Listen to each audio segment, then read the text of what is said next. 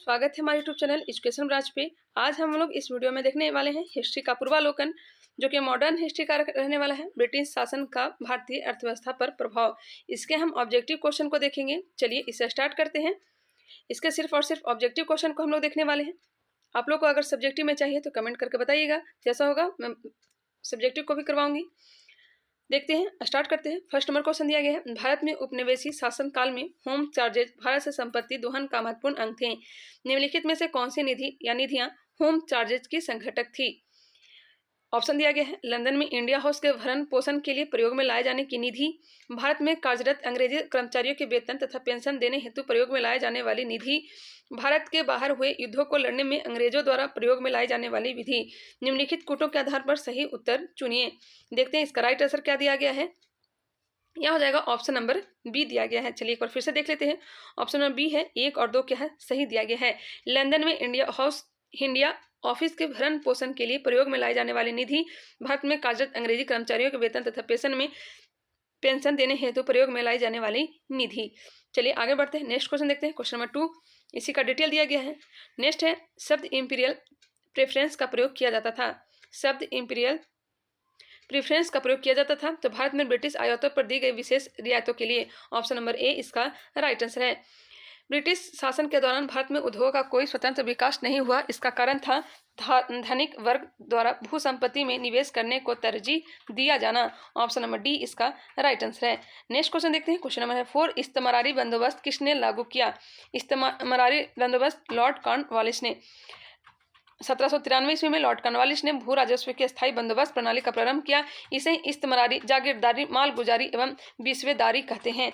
बिस्वेदारी आदि भिन्न भिन्न नामों से भी जाना जाता है। यह कहाँ लागू हुआ था? तो बंगाल, बिहार, उड़ीसा और उत्तर प्रदेश के वाराणसी तक के क्षेत्र में लागू किया गया था। इसमें कितना परसेंट हिस्सा शामिल था? यह 19% भूभाग इसमें शामिल था। इसमें टैक्स कितना लिया जाता था? जिसे भूमि के लगान 10/11 भाग कंपनी को देना होता था, 1/11 भाग अपनी सेवाओं के लिए अपने पास रखना होता था। नेक्स्ट है, किसके प्रशासन काल में अस्थायी बंदोबस्त प्रारंभ किया गया? तो अभी बताएं, लॉर्ड कॉर्नवालिस 1793। नेक्स्ट क्वेश्चन है क्वेश्चन नंबर 6, अस्थायी बंदोबस्त किससे किया गया? तो यह किया गया था जमींदारों से। अस्थायी बंदोबस्त किसके साथ किया गया था? तो जमींदारों से। चलिए 1 नंबर प्रश्न देखते हैं, किस गवर्नर जनरल ने भारत में स्थायी भू राजस्व व्यवस्था स्थापित की थी? यही हो जाएगा लॉर्ड कॉर्नवालिस। लॉर्ड कॉर्नवालिस का स्थायी बंदोबस्त लागू किया गया था 1793 ईस्वी में। ऑप्शन नंबर डी, 1793 में लॉर्ड कॉर्नवालिस की भू व्यवस्था प्रणाली लागू होने के बाद कानूनी विवादों की प्रवृत्ति में बढ़ोतरी देखी गई थी। निम्नलिखित प्रावधानों में से किस एक को समानता इसके कारक के रूप में जोड़कर देखा जाता था? बताइएगा, किसे जोड़ करके देखा जाता था? यह देखा जाता था ऑप्शन नंबर डी, ए और बी सी उपयुक्त में से कोई भी सही नहीं है। ऑप्शन नंबर डी इसका राइट आंसर है। यहाँ पर डिटेल दिया गया है। चलिए आगे बढ़ते हैं, वीडियो को पॉज करके इसे पढ़ लीजिएगा। चिरस्थायी बंदोबस्त 1793 के अंतर्गत जमींदारों से अपेक्षा की गई थी वे खेतीहरों को पट्टा जारी करेंगे। अनेक जमींदारों ने पट्टा जारी नहीं किए। इसका कारण क्या था? बताइएगा। तो यह था ऑप्शन नंबर बी दिया गया है, जमींदारों को ऊपर कोई सरकारी नियंत्रण नहीं था। नेक्स्ट क्वेश्चन देखते हैं, बिहार में परमानेंट सेटलमेंट लागू करने का कारण था? तो यह था जब भू राजस्व निर्णय करना। लॉर्ड कॉर्नवालिस के समय भू राजस्व व्यवस्था आरंभ में 10 वर्षीय व्यवस्था के रूप में 1790 ईस्वी में लागू की गई थी, जो 22 मार्च 1793 को परमानेंट सेटलमेंट अस्थायी बंदोबस्त के रूप में स्थापित हुई। इस व्यवस्था को बिहार में लागू करने का मुख्य कारण कंपनी के भू राजस्व के एक निश्चित राशि तय करना था। रिक्त स्थानों की पूर्ति कीजिए। खाली स्थान में बंगाल और बिहार में भूमि पर किराएदारों के अधिकारों को बंगाल किराएदारी अधिनियम द्वारा लागू किया गया था। बंगाल किराएदारी अधिनियम 1885। नेक्स्ट है क्वेश्चन नंबर है 14, निम्नलिखित में से कौन ब्रिटिश शासन के दौरान भारत में रैयतवाड़ी बंदोबस्त के प्रारंभ किए जाने से संबंध था? तो यह था अलेक्जेंडर रीड और टॉमस मुनरो। रैयतवाड़ी व्यवस्था टॉमस मुनरो के द्वारा लागू किया गया था। हेक्टर मुनरो और अलेक्जेंडर रीड, इसी के बारे में डिटेल दिया गया है। रैयतवाड़ी बंदोबस्त अंग्रेजों द्वारा भारत में भू राजस्व वसूली हेतु लागू की गई एक प्रणाली थी। अलेक्जेंडर रीड ने मद्रास प्रेसिडेंसी में सर्वप्रथम 1792 ईस्वी में तमिलनाडु के वारामहल क्षेत्र में रैयतवाड़ी व्यवस्था लागू की। टॉमस मुनरो ने 1809 ईस्वी में कुछ क्षेत्रों में इसको लागू किया था, जबकि 1820 में मद्रास का गवर्नर बनने पर उसने इस मद्रास में लागू किया था। जो कि कितने परसेंट भाग पे लिया जाता था? 51%, जो कि मद्रास, बम्बई के कुछ हिस्सा, पूर्वी बंगाल, असम एवं कुर्ग इसमें शामिल था। 1836 ईस्वी में वीनेगेट और गोल्ड स्मिथ द्वारा इस व्यवस्था में क्या किए गए थे? सुधार किए गए थे। भू राजस्व के स्थायी बंदोबस्त एवं रैयतवाड़ी व्यवस्था क्रमशः शुरू की गई। भू राजस्व के स्थायी बंदोबस्त यह शुरू की गई थी बंगाल में और रैयतवाड़ी व्यवस्था शुरू की गई थी मद्रास में। ऑप्शन नंबर ए इसका राइट आंसर है। सर टॉमस मुनरो भू राजस्व बंदोबस्त से संबंधित है, तो यह है रैयतवाड़ी बंदोबस्त से। ऑप्शन नंबर सी इसका राइट आंसर है। ब्रिटिश व्यवस्था में रैयतवाड़ी भू राजस्व संग्रह प्रचलित था। क्या था? पश्चिमी भारत में और दक्षिण भारत में। मद्रास के रैयतवाड़ी बंदोबस्त से कौन संबंधित रहा है? मद्रास के रैयतवाड़ी बंदोबस्त से कौन संबंधित रहा था? क्या था? Hector Munro. रैयतवाड़ी व्यवस्था प्रारंभ की थी टॉमस मुनरो के द्वारा। रैयत का अर्थ होता है किसान। अंग्रेजों ने रैयतवाड़ी बंदोबस्त कहाँ लागू किया था? तो सबसे पहले लागू किया गया था मद्रास प्रेसिडेंसी में और बाद में चल करके Bombay presidency. Option number D इसका राइट हो जाएगा, मद्रास और बम्बई प्रेसिडेंसी। अंग्रेजों ने रैयतवाड़ी व्यवस्था सर्वप्रथम आरंभ की थी। सर्वप्रथम अगर पूछा जाए तो यह हो जाएगा मद्रास प्रेसिडेंसी में। नेक्स्ट है क्वेश्चन नंबर 22 है, रैयतवाड़ी बंदोबस्त के संदर्भ में निम्नलिखित कथनों पर विचार कीजिए। किसानों द्वारा लगान सीधे सरकार को दिया जाता था। सरकार रैयत को पट्टे देती थी। कर लगाने के पूर्व भूमि का सर्वेक्षण और मूल्य निर्धारण किया जाता था। युक्त कथन में से कौन सा सही दिया गया है? 1, 2 और 3 क्या है? सही है। जो कि इसका डिटेल दिया गया है, इसे ध्यान से पढ़ लीजिएगा वीडियो को रोक करके। चलिए आगे बढ़ते हैं। वह प्रथा जिसके तहत किसान स्वयं भूमि का मालिक होता था और सरकार को भू राजस्व के भुगतान के लिए जिम्मेदार माना जाता था। यह माना जाता था रैयतवाड़ी व्यवस्था। नीचे 2 कथन दिए गए हैं, जिनमें से एक कथन ए और दूसरे को आर कहा गया है। चलिए इसे पढ़ते हैं। ब्रिटिश सरकार ने भारत के अलग अलग भागों में भू राजस्व की अलग अलग व्यवस्था की थी। बिल्कुल, इससे भारतीय किसानों में अलग अलग वर्ग बन गए। नीचे दिए कूट में कौन सा सही उत्तर है चुनिए। चलिए देख लेते हैं। यह हो जाएगा ए और आर क्या है? दोनों सही दिया गया है और आर जो है ए की सही व्याख्या करता है, जो कि इसका डिटेल यहाँ पे दिया गया है, देख लीजिएगा। चलिए आगे बढ़ते हैं। ये ध्यान रखिएगा, महलवाड़ी व्यवस्था कितने परसेंट भाग पे था? महलवाड़ी तो 31% भाग पे था।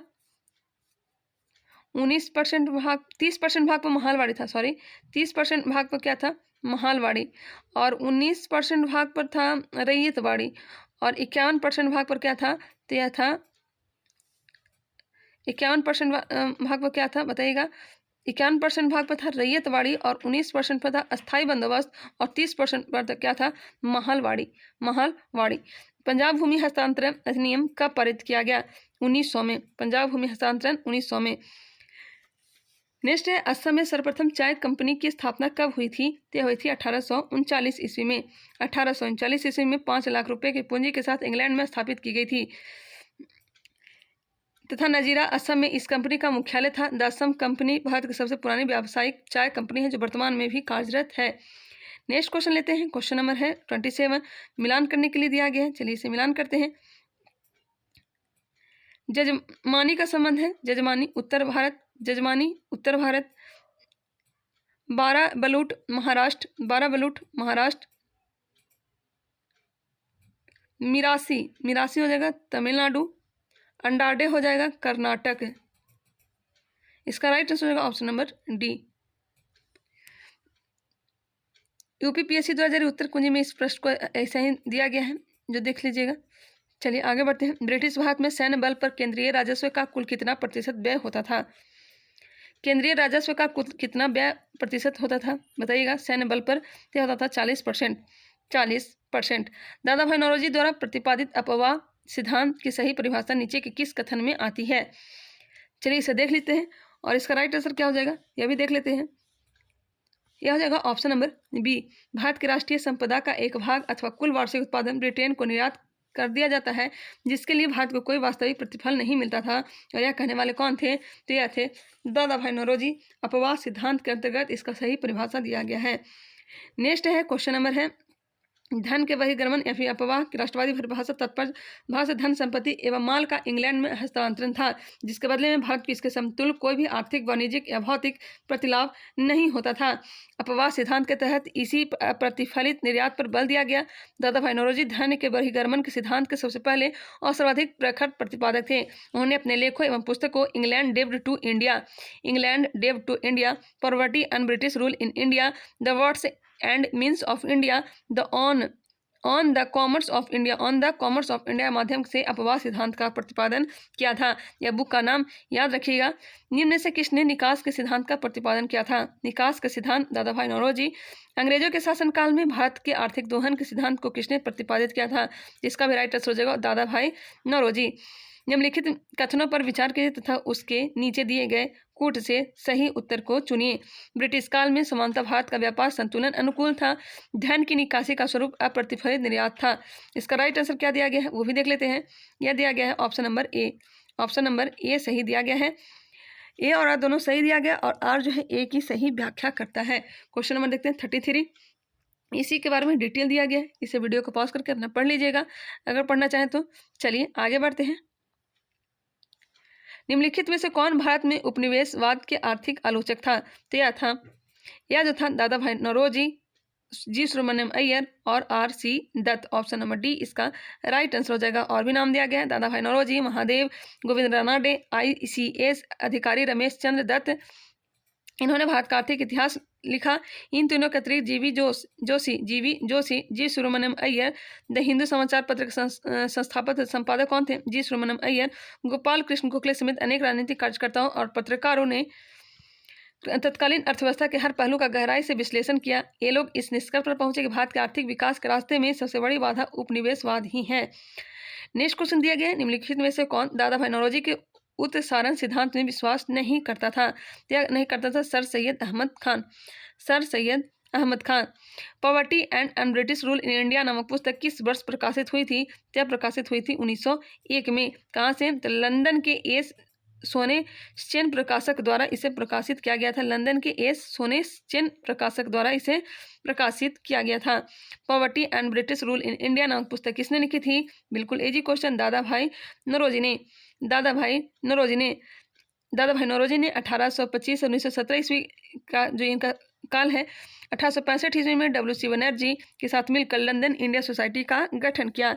लंदन इंडिया सोसाइटी का गठन किसके साथ किया था? WC बनर्जी के साथ। कब? 1865 ईस्वी में। जिसका कार्य भारत के दुख दर्दों का प्रचार करना था। 1892 ईस्वी में लिबरल पार्टी के टिकट पर, किस पार्टी के टिकट पर? लिबरल पूछा जाता है। लिबरल पार्टी के टिकट पर ब्रिटिश हाउस ऑफ कॉमन्स के लिए चुने जाने वाले पहले भारतीय थे। दादा भाई नौरोजी ने अपनी पुस्तक poverty and British rule India में स्पष्ट रूप से ब्रिटिश शासन के दौरान भारत की आर्थिक दुरावस्था पर प्रकाश डाला तथा धन के बहिर्गमन अथवा धन के निकास सिद्धांत का सर्वप्रथम प्रतिपादन किया। चलिए डिटेल इसका दिया गया था। ब्रिटिश हाउस ऑफ कॉमन्स में चुने जाने वाले दादा भाई नौरोजी प्रथम भारतीय थे जिन्होंने इस दल के टिकट पर चुनाव लड़ा था। यह लड़ा था लिबरल पार्टी या फिर उदारवादी दल। ब्रिटिश शासन के समय अर्थव्यवस्था का खोखला करने के सिद्धांत के बारे में पुस्तक किसने लिखी थी? इकोनॉमिक ड्रेन के सिद्धांत के बारे में पुस्तक किसने लिखी थी? क्या लिखे थे? Dadabhai Naoroji. Economic drain theory. अनुद्योगीकरण के संदर्भ में निम्नलिखित में से कौन सा कथन सही है? इसमें से बताना है कौन सा कथन जो है सही दिया गया है। यह प्रक्रिया 1813 में प्रारंभ हुई। ईस्ट इंडिया कंपनी के व्यापारिक एकाधिकारों की समाप्ति ने इस प्रक्रिया को तेज किया। 1 और 2 क्या है सही दिया गया है। चलिए आगे बढ़ते हैं। निम्नलिखित कथनों पर विचार करिए। दादा भाई नौरोजी की भारतीय राष्ट्रीय आंदोलन को सर्वाधिक प्रभावी देन थी। उन्होंने इस बात को अभिव्यक्त किया कि ब्रिटेन भारत का आर्थिक शोषण कर रहा है। बिल्कुल। उन्होंने प्राचीन भारतीय ग्रंथों की व्याख्या की और भारतीय में आत्मविश्वास जगाया। इसका राइट आंसर क्या दिया गया है? उन्होंने सभी सामाजिक बुराइयों के निराकरण की आवश्यकता पर सर्वोपरि जोर दिया और इसका राइट आंसर हो जाएगा ऑप्शन नंबर ए। उन्होंने इस बात को अभिव्यक्त किया कि ब्रिटेन भारत का आर्थिक शोषण कर रहा है।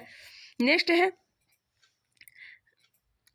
किसने यह विचार किया था कि भारत में ब्रिटिश आर्थिक नीति घिनौनी है? तब विचार किया था कार्ल मार्क्स ने। यह क्वेश्चन बार बार पूछा जाता है, ध्यान रखिएगा। दक्षिण भारत में सिंचाई व्यवस्था का अग्रदूत किसे माना जाता है?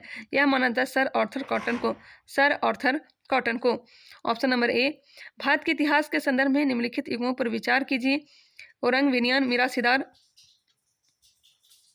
और क्या दिया गया है, उपयुक्त में से कौन सा सही सुमेलित है, इसमें से बताना है। तो 2 और 3 इसका राइट आंसर दिया गया यहाँ पे। 2 और 3 बेनियान जो हो जाएगा ईस्ट इंडिया कंपनी का भारतीय एजेंट था, और मीरा सिदार क्या था, राज का नामित राजस्व दाता था। जबकि औरंग क्या था, बताइएगा औरंग क्या था। औरंग जो है फारसी भाषा का शब्द है, फारसी का शब्द है जिसका अर्थ होता है गोदाम। यहाँ पर बिक्री से पहले माल का भंडारण किया जाता था। ध्यानतव्य है कि औरंग शब्द का प्रयोग कई बार कार्यशालाओं वर्कशॉप के लिए भी किया जाता था। बेनियान पारंपरिक वाणिज्य समुदाय के व्यापारी थे जो ईस्ट इंडिया कंपनी के एजेंट के रूप में कंपनी और भारतीय कारीगरों के बीच मध्यस्थ का काम करते थे। जबकि मिरासी अरबी शब्द है जिसका अर्थ जो होता है उत्तराधिकार होता है। रैयतवाड़ी प्रणाली में सरकार द्वारा मिरासीदारों को राज्य का इकलौता नामित राजस्वदाता माना गया। नेक्स्ट है, आर्थिक तौर पर 19वीं शताब्दी में भारत पर अंग्रेजी शासन का एक परिणाम था तो भारतीय कृषि का वाणिज्यीकरण। ऑप्शन नंबर सी इसका राइट आंसर है। नेक्स्ट क्वेश्चन चल लेते हैं। क्वेश्चन नंबर है 45, निम्नलिखित में से कौन सा कथन औद्योगिक क्रांति के द्वारा 19वीं शताब्दी के पूर्वार्ध में भारत पर पड़े प्रभाव की सही व्याख्या करता है। भारतीय दस्तकारी उद्योग नष्ट हो गए थे, यह इसका राइट आंसर है, सही व्याख्या कर रहे हैं, जो कि इसका डिटेल दिया गया यहाँ पे। वीडियो को पॉज करके पढ़ना चाहें तो पढ़ लीजिएगा, वीडियो ऐसे लंबी बन जाएगी। चलिए मिलते हैं नेक्स्ट वीडियो के साथ। अगर ये वीडियो पसंद आया हो तो प्लीज़ इसे लाइक कर लें। अगर आप लोग इसका सब्जेक्टिव चाहते हैं तो ये भी कमेंट करके बता दीजिएगा, सब्जेक्टिव भी करवा दूंगी। अगले वीडियो में हम देखने वाले हैं 1857 की क्रांति, 1857 की क्रांति, और इस तरह से धीरे धीरे हम लोग मॉडर्न हिस्ट्री को समाप्त कर लेंगे। वही मुगल हिस्ट्री के बाद, मुगल काल की बात की जाए, मध्यकाल, मध्य भारत जो है उसमें हम लोग मुगल काल चल रहे हैं, जिसमें से अकबर को हमने पढ़ लिया था। अगला जो टॉपिक देखने को मिलेगा जहांगीर के बारे में, उस तरह से धीरे धीरे हम लोग उधर क्या कंप्लीट कर लेंगे, तो यह हो जाएगा मध्य भारत। मध्य भारत कंप्लीट हो जाएगा और इधर हम लोग स्टार्ट कर ही लिए हैं और मॉडर्न हिस्ट्री, ये सभी हम लोग समाप्त करने वाले हैं। आई होप ये वीडियो पसंद आया होगा। प्लीज़ ये वीडियो पसंद आया होगा तो इसे लाइक कर लेंगे। मिलते हैं नेक्स्ट वीडियो के साथ, तब तक के लिए धन्यवाद।